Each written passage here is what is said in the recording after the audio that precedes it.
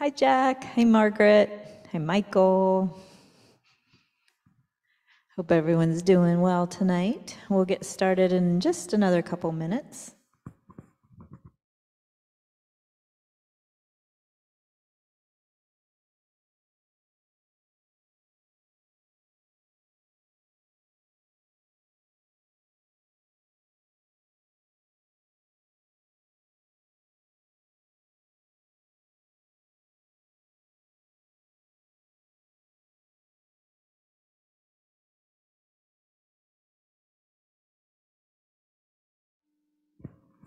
Hi, Arlo. Welcome.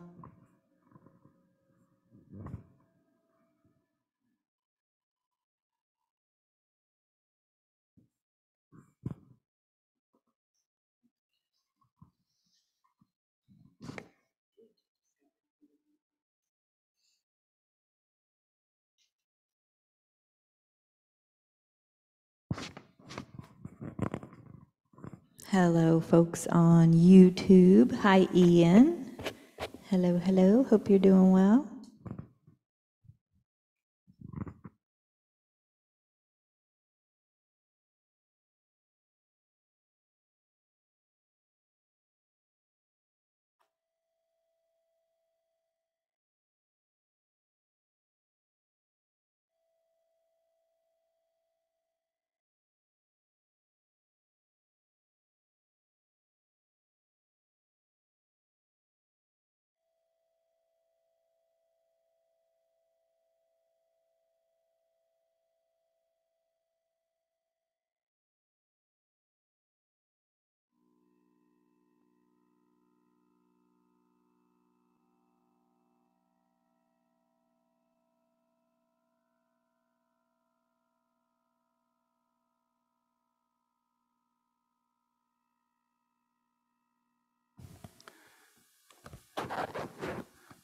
Testing, 1, 2, 3.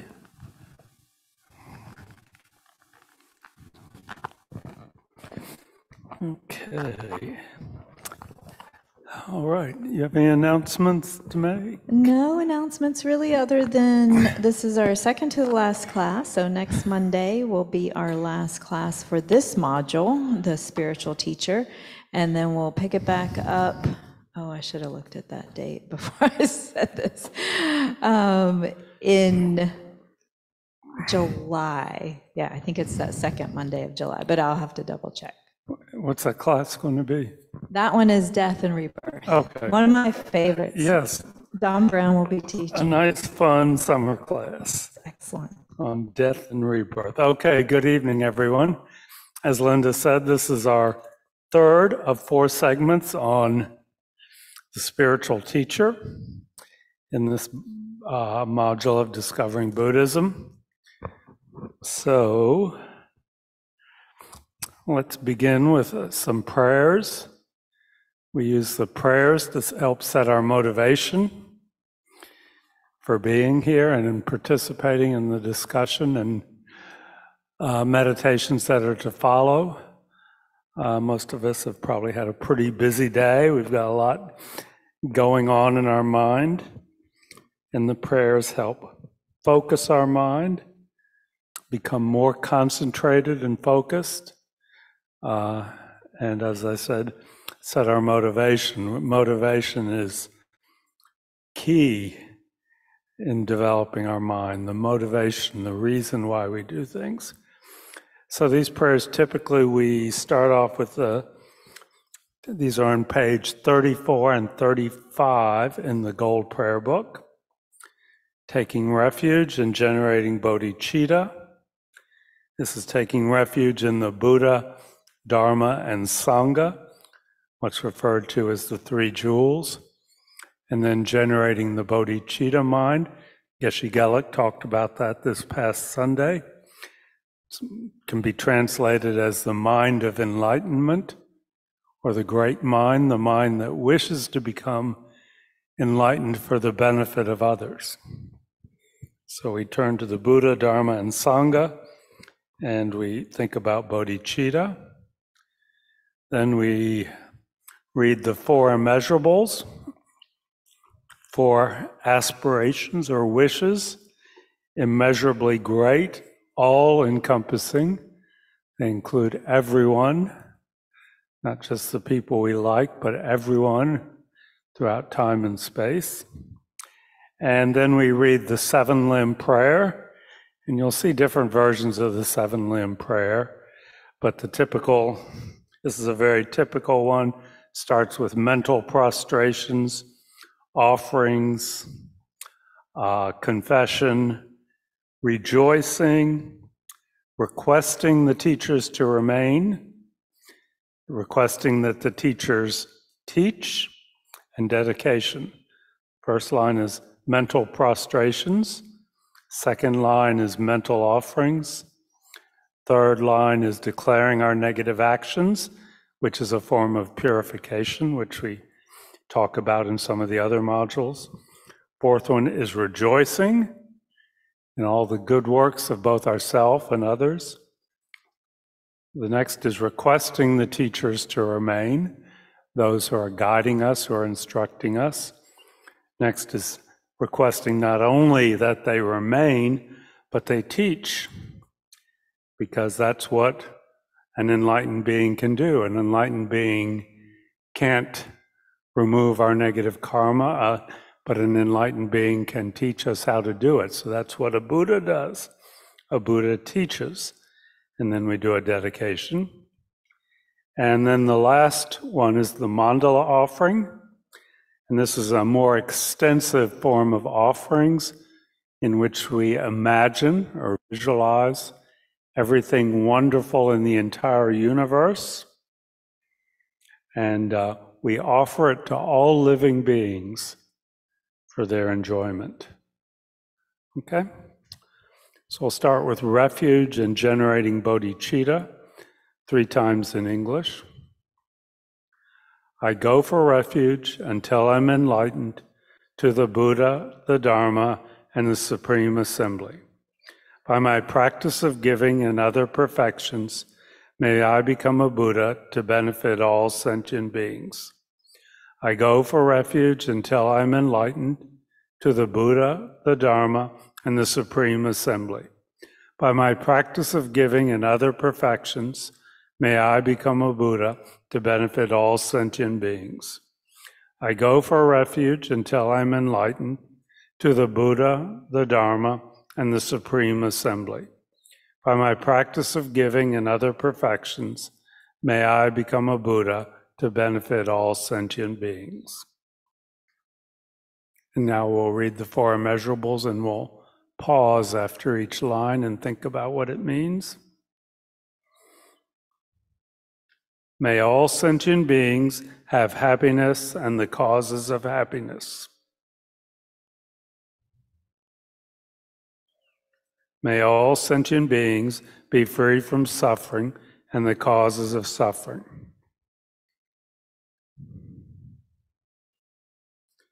May all sentient beings be inseparable from the happiness that is free from suffering.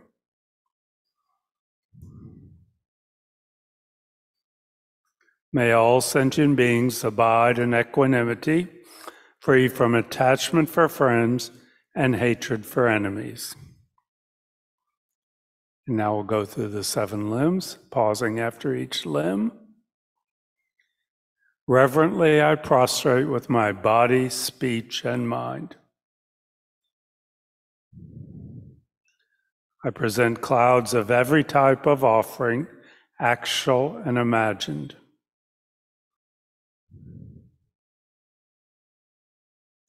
I declare all my negative actions accumulated since beginningless time.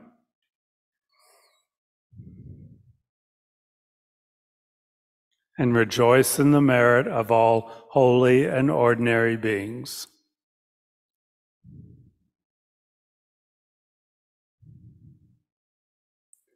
Please remain until the end of cyclic existence. And turn the wheel of Dharma for living beings. I dedicate my own merits and those of all others to the great enlightenment. And then we'll do the mandala offering, and there's a special hand mudra that we do with that that's not secret or anything, but you can get Linda or somebody to show it to you at some point. It's a representation of the universe with Mount Meru in the center and the 4 continents around it. So we're imagining everything in the universe. This ground, anointed with perfume, strewn with flowers, adorned with Mount Meru, 4 continents, the sun and the moon, I imagine this as a Buddha field and offer it. May all beings enjoy this pure land. Idam Guru Ratna Mandala Kamnirya Tayami.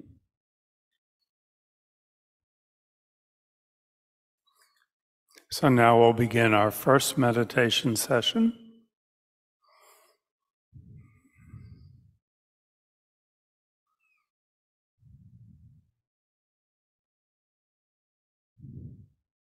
Our mind is already a little bit more focused and clear than when we first sat down. We check our posture so that it doesn't become a distraction during the meditation. And it's also said this posture allows the winds, as they're referred to, these channels within our body that the consciousness rides on, to flow uninterruptedly without obstruction. So our back is a little bit straighter than we normally would sit, a little stretched out, but not rigid or tight.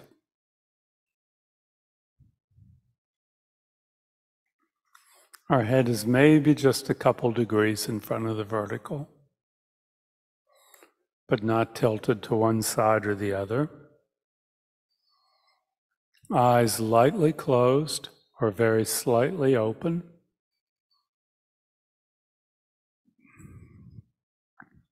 Lips lightly closed. Tongue against the palate behind our upper teeth.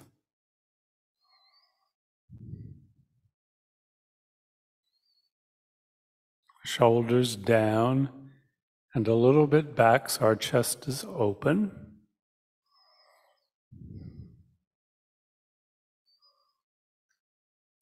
Arms away from our torso slightly. And right hand on left with our thumbs touching slightly below the level of our navel.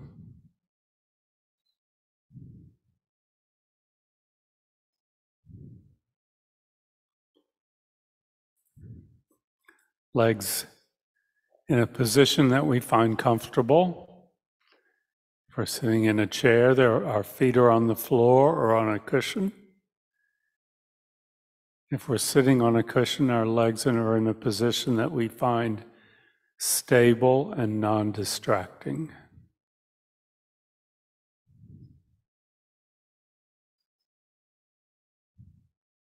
So take a moment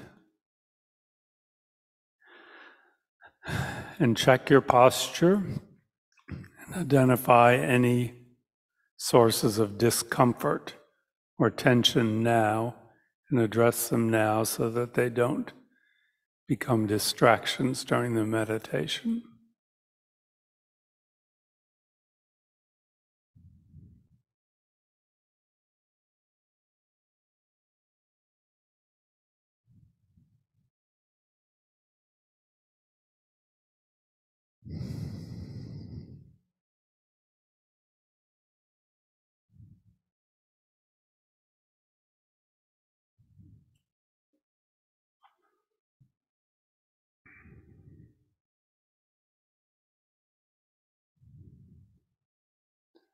And we take 3 deep breaths from the abdomen, the stomach expanding on the in-breath and contracting on the out-breath.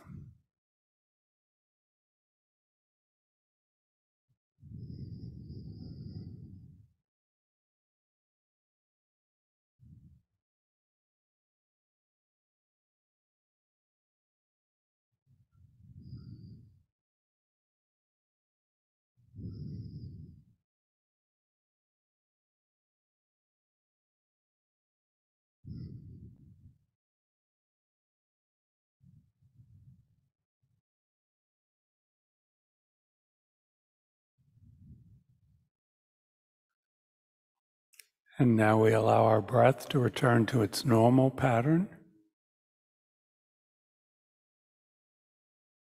And we place our awareness, our perception, on the physical, tactile sensation of breath moving in and out through our nostrils.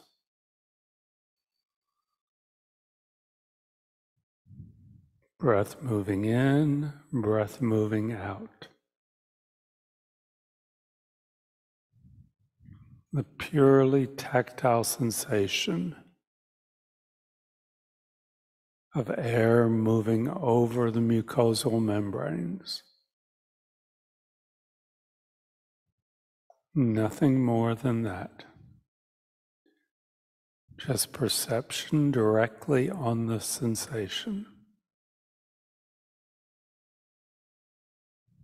So that our mind and the object of perception, we could say, become one. There is no difference between the content of the mind and the object that the mind is perceiving.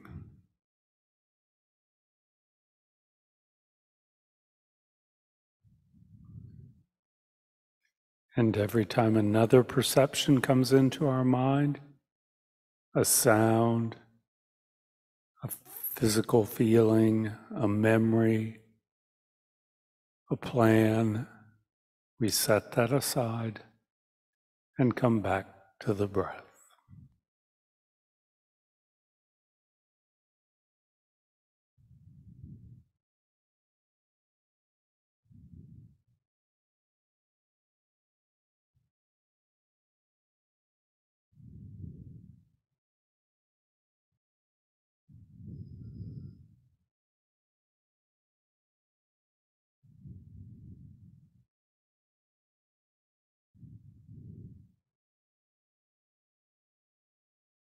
And that's our meditation, mind on breath.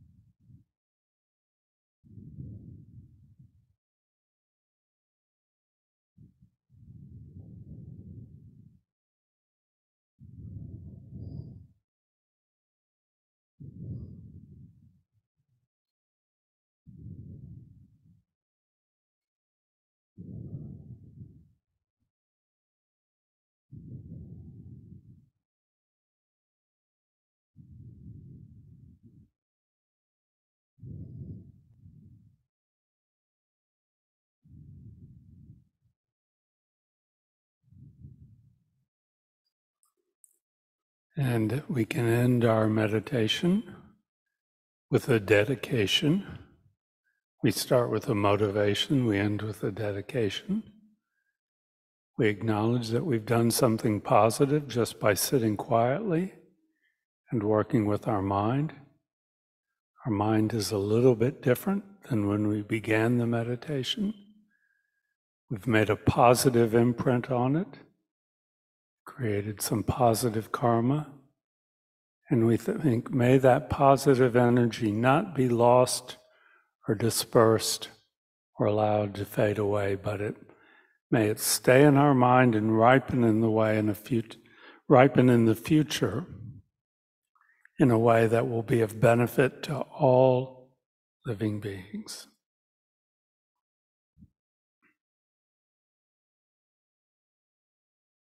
And you may relax your concentration. Do we have any questions in the room or about what I said about the prayers? I want to touch on those a little bit more tonight than we have in the previous weeks. Okay. So everybody's a very experienced meditator now, and they don't have any questions about the meditation, which is good. We do have a question on Zoom. Okay. The question is, why are there 4 continents? That's a good question for a Geshe, okay? That's some aspect of Tibetan cosmology that I know absolutely nothing about. Do you know anything about it, Linda? No. But the hand mudra is the depiction of Mount Meru in the center with the 4 continents around the edge. And why there are 4, I have absolutely no idea. I'd never even thought about that. Good question, though. It doesn't have to do with like the directions, north, south, east, west, does it? Well, they do talk about the 4 directions. So again, we're dealing with translation. You know, it may not be continents in the original tradition or in the original text, though. We'll have to ask Ashley. Yeah, good question for Ageshi. Yes, the eternal out. Okay. So this is a class on the spiritual teacher, the spiritual guide, the spiritual mentor, the spiritual friend are all terms that are used. And hopefully we're demystifying it a little bit. The idea of the teacher is important in Tibetan Buddhism. It's actually crucial, but there's a lot of baggage that comes with it too. So it's I'd like people to be more comfortable thinking about the teacher. First class, we talked about the different types of teachers we may encounter from actually starting with whoever taught us to read and write is teaching us a form of Dharma through maybe introductory to world comparative religion classes in high school or college, through meditation teachers, Dharma teachers, teachers who share their personal understanding, all the way up to the concept of someone whom you may refer to, well, first as someone who may be your tantric teacher, very important and very deep relationship, and beyond that, someone whom you see as your root guru, the one who you have a special connection with and that you turn to for guidance. All of us, as we progress on our spiritual paths, will encounter many teachers. Even if you've identified your root guru and have a relationship with them, it does not mean that you will not have other teachers.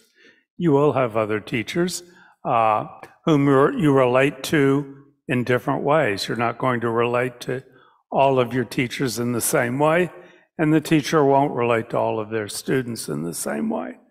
And you may find a particular teacher extremely healthy or helpful during one period of your spiritual growth, and then you find that you've moved on and you set them aside, which doesn't mean you're really discarding them, but you acknowledge the benefits you've had from that relationship, but you move on to other teachers, and that's all very normal, very healthy.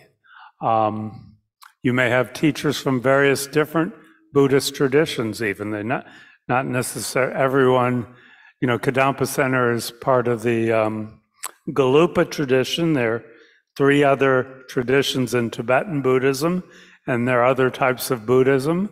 And you can have teachers in other traditions. You can have non-Buddhist teachers. I mean, there's just really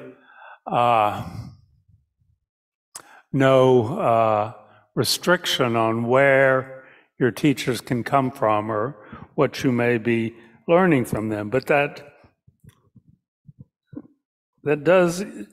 means you have to be careful. You know, if you have to be, there has to be some sense of protecting your mind, because said when we have a student-teacher relationship, we're opening our mind up, and that can be a very delicate situation at times. Certainly not in the early stages, but as you advance along the path, the relationship becomes more profound. So we have to have ways of somewhat evaluating the teachers that we come into contact with. We have to have some sort of standards, I think. You know, we're lucky in that when we come to Kadampa Center, all the Buddhist teachers who are presented here at Kadampa Center have been pretty thoroughly vetted out by the FPMT, the worldwide organization that we're part of, that has a direct connection with His Holiness the Lama, the Dalai Lama. Everyone who in the FPMT system who is presented as a teacher at a center has been, you know, it's not just some monk off the street. It's someone who has to meet certain standards and has been recognized by the FPMT as a qualified teacher, both because of the knowledge they have and because of the way they conduct themselves as a person. So that gives you a little bit of protection here. But then you'll meet other teachers if you go travel or go to other centers or go on YouTube or read a book. You know, you have to have some way to kind of evaluate them and see if this is someone that you want to have any kind of relationship with. Certainly, if you're just looking around, that's really not that important. But as you progress along the path, having some sort of guidelines to evaluate teachers by is important. And there are various lists of the qualities that the perfect or ideal teacher would have. I presented one that has 7 characteristics in it, and we'll just review those. The first is that the teacher has some ethical discipline.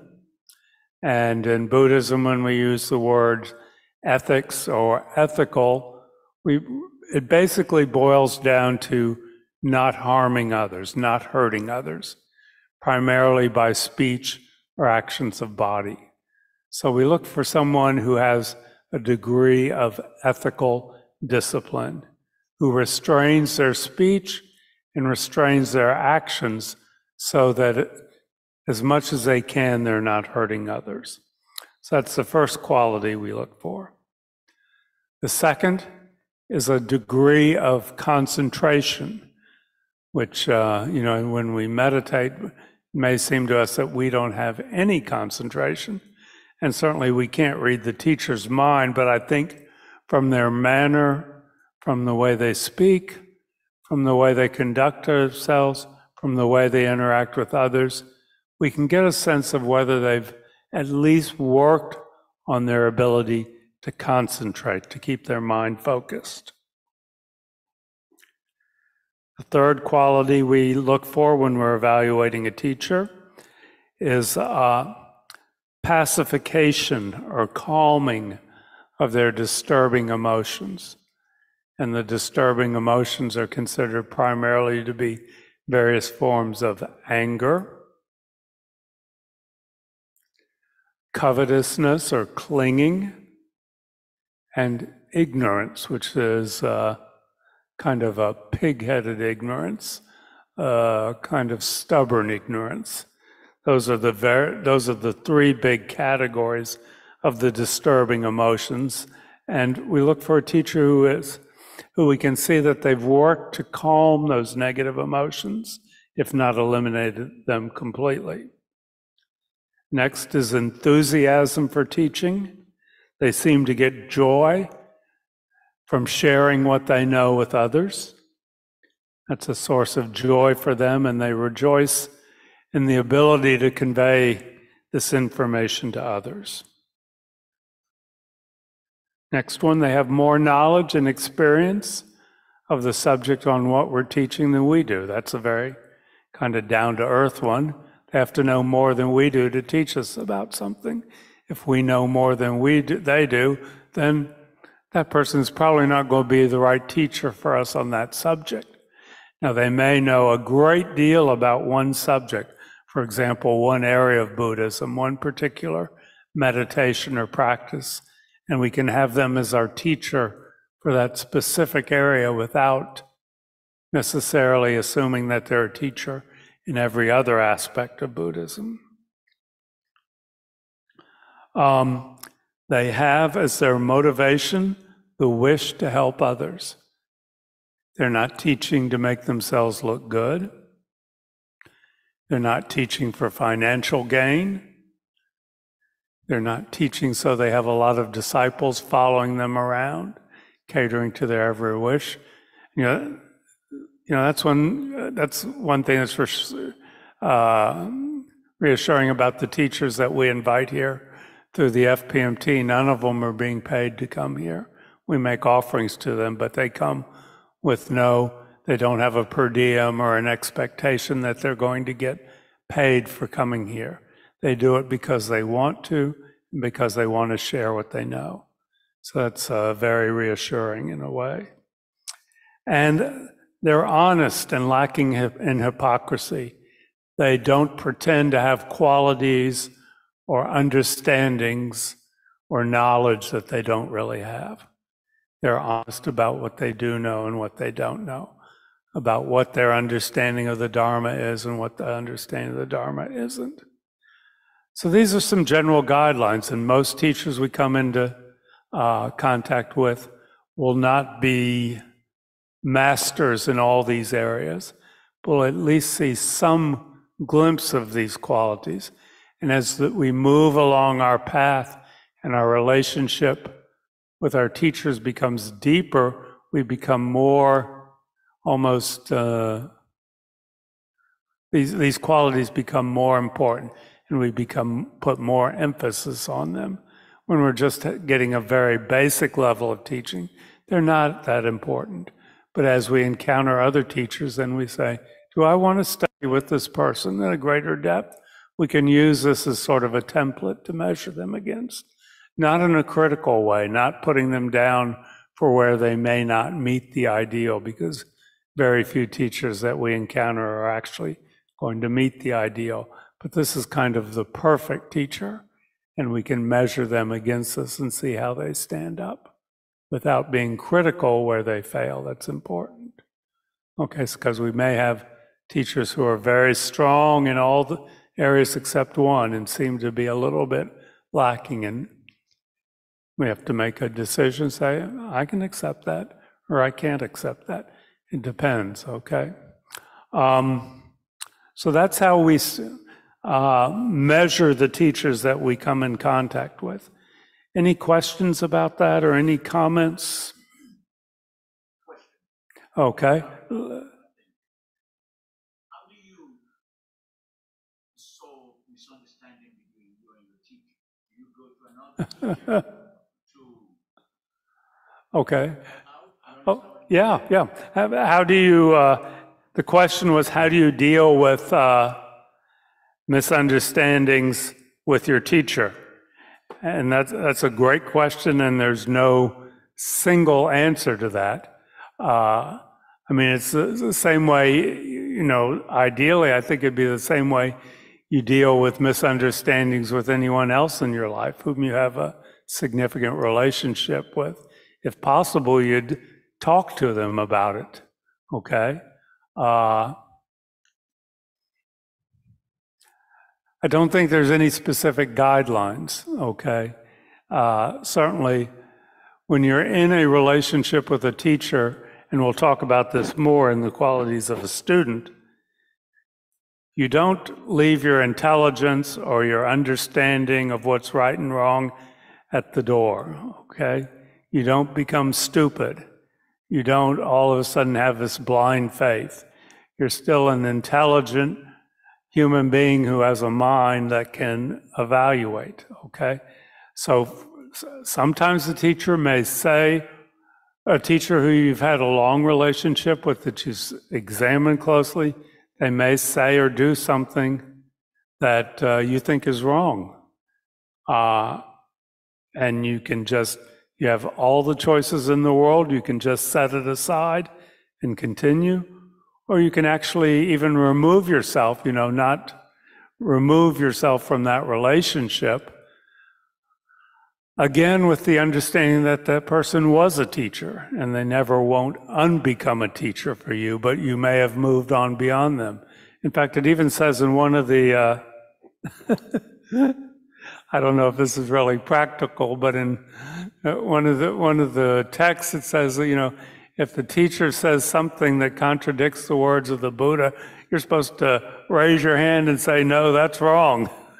Now, I don't know. You have to be pretty confident that you understand the word of the Buddha maybe better than the teacher in this instance. But it just makes the point that you can actually point out to a teacher when they make a mistake if you have that kind of relationship. But it's based on, you have to realize the teacher is a human being too. I don't think any of them would say that they're perfect or that they don't make mistakes, or they don't say things that are wrong. So it's a relationship between two flawed human beings. So I'm not saying anything specific. It's just got to be based on your own wisdom of what's the right thing to do.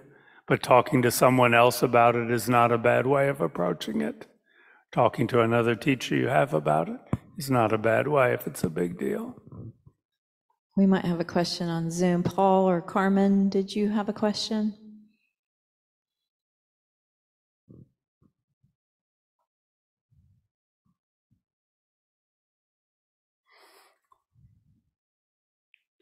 We're getting a question.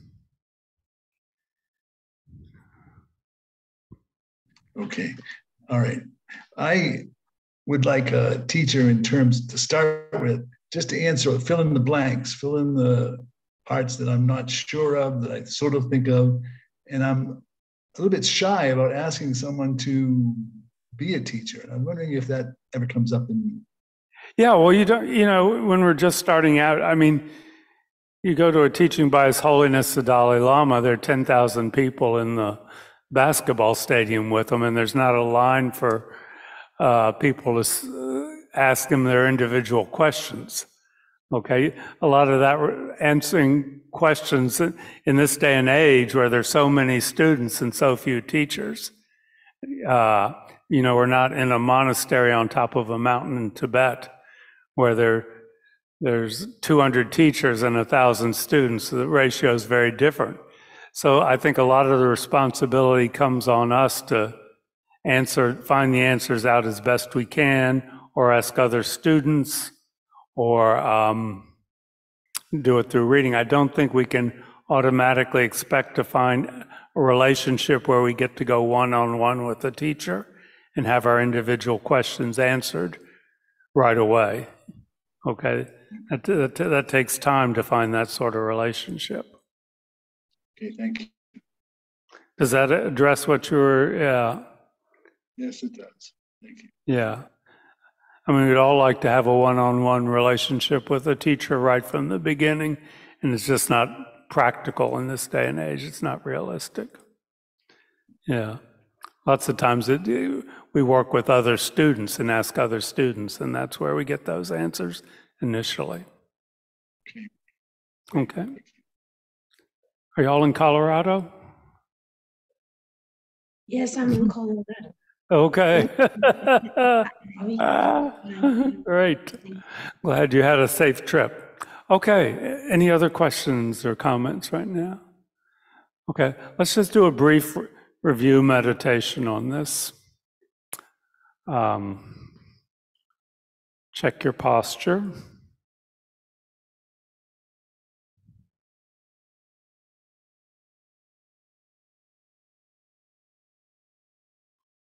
And just a little bit of concentration, meditation, mind on the breath.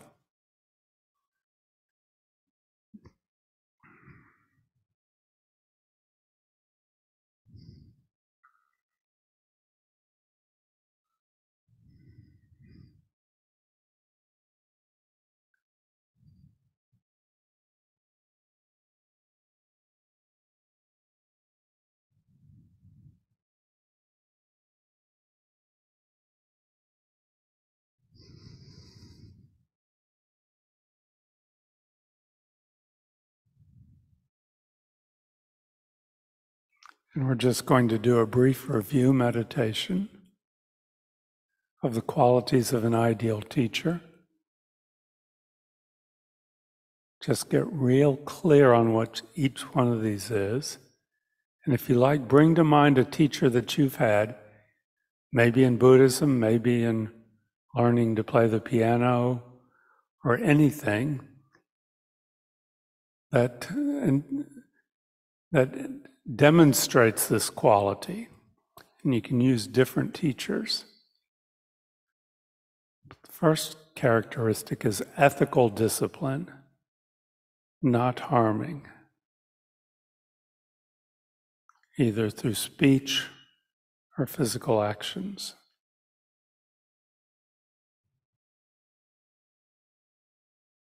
Bring to mind a teacher who embodied this characteristic, who really seemed to live an ethical lifestyle.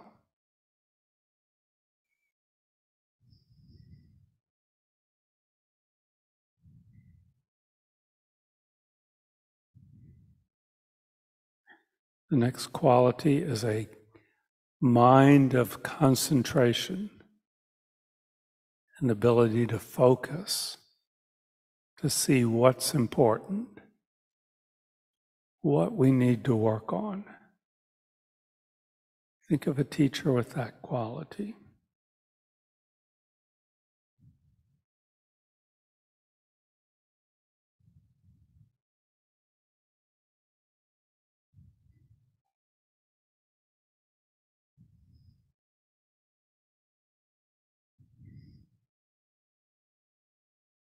Next, pacification of the disturbing emotions.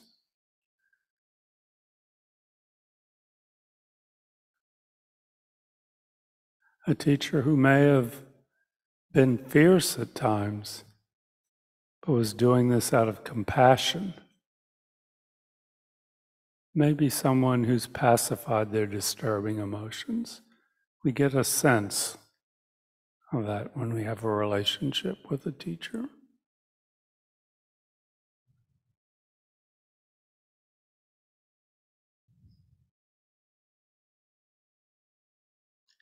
Enthusiasm for teaching. Who have we had as a teacher who just seemed to love sharing their knowledge with others?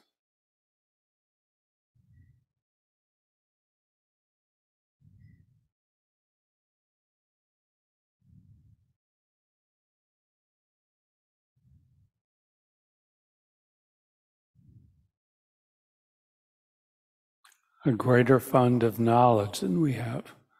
What teachers have we come across who just seem to have mastered a subject that we've just begun to work with?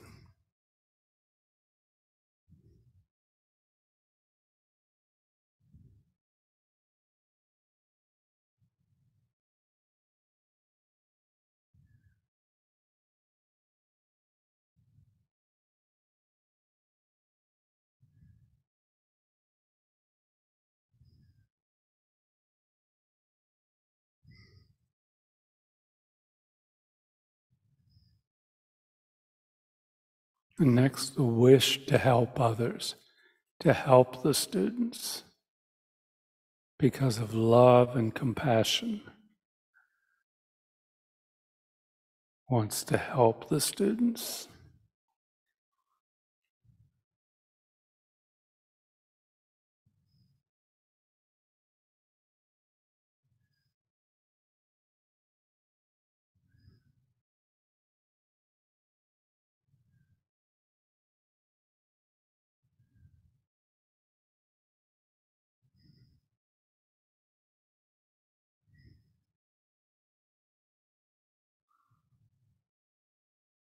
And finally, a teacher is honest and lacking in hypocrisy, doesn't pretend to greater knowledge than they actually have.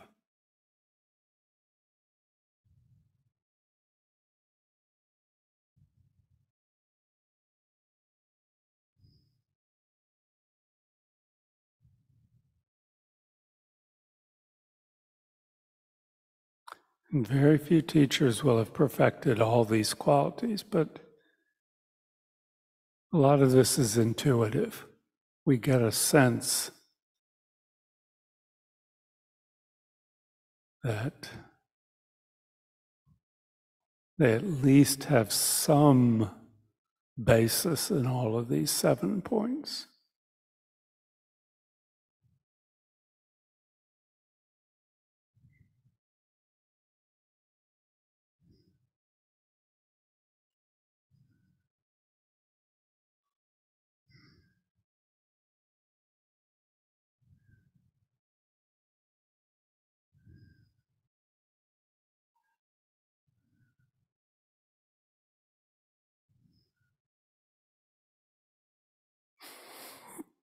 And you may relax your concentration. Okay. Any questions or comments?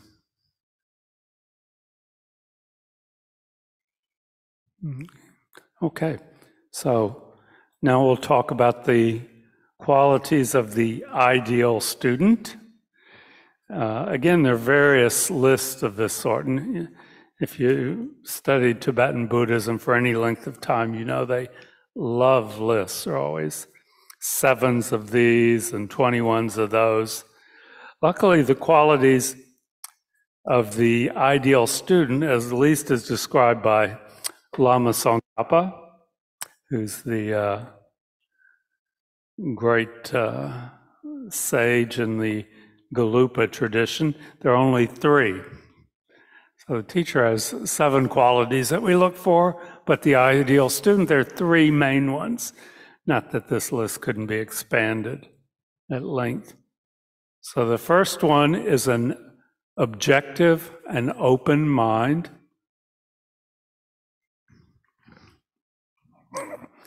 The second is the intelligence to judge between right and wrong, appropriate and inappropriate.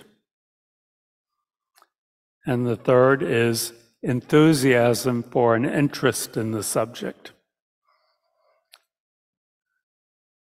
So we've found someone who we think has at least some of the qualities of a good teacher, and we want to study with them, which doesn't necessarily mean a really deep or profound relationship. Doesn't mean we're going to be one-on-one with them or anything, but we think they're a valid teacher. They have qualities that we admire. They seem to know things that we don't know. We've checked them out to some degree. So how do we approach that person? Okay, first, an objective and open mind. Okay. An open mind means we don't automatically reject anything. Okay, we set aside our biases, our prejudices, okay, and we are open to what the teacher is sharing with us. Okay, this doesn't mean, again, we'll talk about this a little more, this doesn't mean we automatically accept everything they say, or we have blind faith in them, okay, but we don't come in with the opposite is a closed mind, okay? We are open, we'll entertain the possibility of anything that the teacher presents to us. Not necessarily swallowing it completely, but we are at least open to it. We're not prejudiced against certain beliefs. Like a big one when you start coming to Buddhist teachings is rebirth, the concept of rebirth. And some people will be, are just completely closed down to even accepting the possibility, and that's okay. But according to the Buddha and Lama Tsongkhapa, at least open your mind to that possibility. If that were true, what does it mean? If it were not true, it doesn't. What does that mean? It doesn't mean accept it or say, oh, I believe, but have an open mind and realize that, your hostility to the idea of rebirth is based on this teaching you've had or this prejudice or this bias. None of us is coming in with a complete freedom from prejudice and bias about anything that may be presented to us. So some openness, some objectivity. But the second quality, we have the intelligence to judge between right and wrong, between appropriate and inappropriate. So like I say, we're not leaving our intelligence at the door. We're not leaving our understanding of what's right and wrong at the door. We're not leaving our ability to judge the teachings as presented against our personal experience outside. It's actually said that we should approach the teachings the way a metallurgist would approach, a hunk of rock and look for what's gold and what's not gold in it. We should examine it with that degree of analysis. So we bring our intelligence into the room, into the presence of the teacher, into the interaction with the teachings. We don't set our intelligence aside because we're working with our mind and we have an understanding of what is right and wrong. We have an understanding of what our experience of life is. We have our understanding of what's appropriate and what's inappropriate. And we bring all of that to the teachings. There's no accepting anything on blind faith. Okay?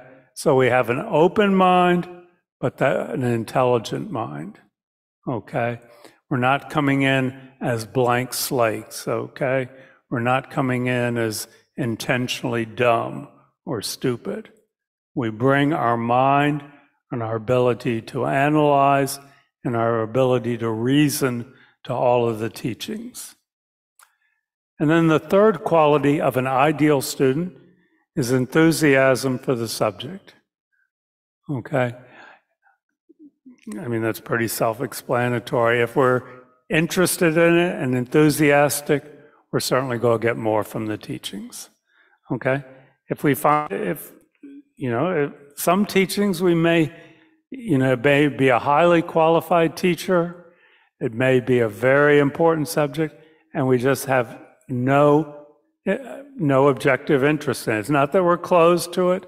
It's not that our mind is closed down, but we just have no enthusiasm.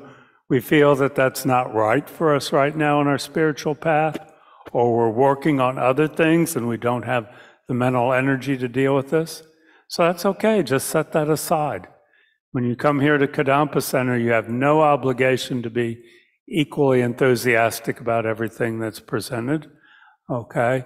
Everybody's going to pick and choose according to where they are on their spiritual path. So the ideal student, again to review, has an objective and open mind. Okay? 2, the intelligence to judge between right and wrong.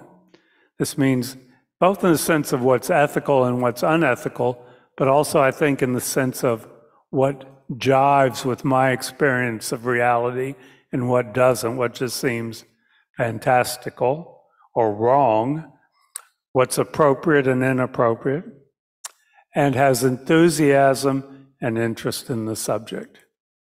So those are the qualities of the ideal student. So the student's got it easier than the teacher, I think.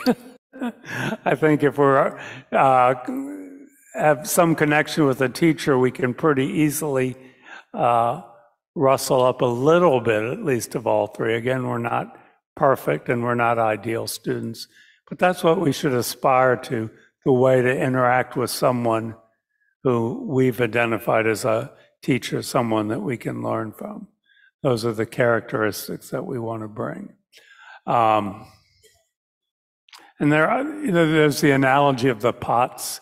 You'll hear that one sometimes. Some people's mind is like an upturned pot, turned upside down, so you pour water into it and it just rolls off, okay? That's the closed mind. And then some people's, their pot is right side up, but it's dirty, it hasn't been cleaned out. It's like, it's been sitting in the sink for a couple of weeks. Okay, that's the mind that's prejudiced or has biases. And then there's the pot that's nice and clean, it's turned right up, but it's full of cracks and holes. So whatever's poured into it just goes right through. That's the mind that's not using its intelligence to analyze. And then there's the pot that's clean and not cracked and right side up. And that's the pot that's going to get the most benefit of what's being poured. Okay, so let's just do another brief meditation because we're out of time. let's just think about these three qualities. And so the first is, as an ideal student, if we found someone who we think is a valid teacher, who we want to study with, we want to learn from, we're convinced that they can teach us something, we should come with an objective and open mind. Set aside our prejudices, our biases, as much as possible. I mean, we just can't erase them and be a blank slate, like I say, but at least be aware of them, be open to new ideas, new concepts, and evaluate them objectively, free of bias. We bring a mind that is intelligent, that can tell the difference between right and wrong, that is able to determine what's appropriate and what's not appropriate. We don't set our natural wisdom aside. We don't become stupid. We don't take things on blind faith. We analyze. We use our intelligence. And thirdly, we bring enthusiasm to the teachings. We understand that these can make a difference in our lives, and we're enthusiastic about that.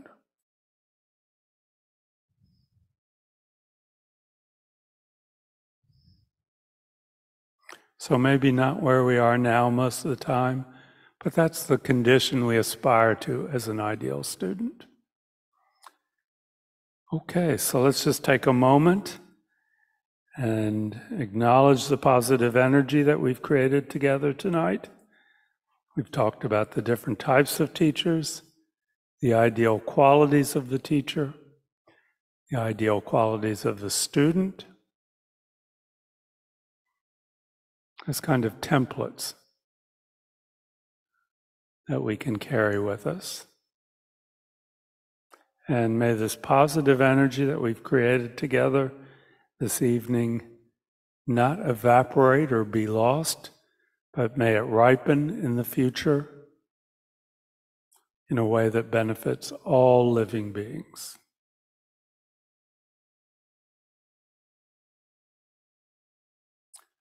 Okay, so we have one more class, and next week we'll talk more about the actual relationship between the teacher and the student. And bring your questions or comments. We'll have a little bit more time for that next week. I was a little trying to get through the material tonight. And everyone have a good week. Thank you very much. Yeah, just continue meditating 10 minutes a day. Review the qualities of the teacher, qualities of the student, and finish all the readings. And yeah, think about great teachers that you've already come across in your life. Maybe we'll talk next week about how we can create the causes to have great teachers. That's something to think about. Okay? Yes, thank you, everyone. Thank you, Linda. And everybody stay dry over our 7 days and 7.